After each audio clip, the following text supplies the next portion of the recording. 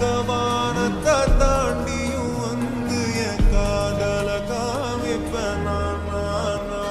என் மூச்சவ பேச்சவ பேசலும் அழக எனக்குள்ள கலக்கிற ஆக்சிஜன் அழக யாரவோ சம்ஸ்டாரம் முரளையவ கலையவ அழகிய நிலவ நிழலிலும் ஜொலிக்கிற நிரந்தர ஒளியவ சரியவ தவறவ சிரிக்கிற சிரிப்புக்கு அவதான்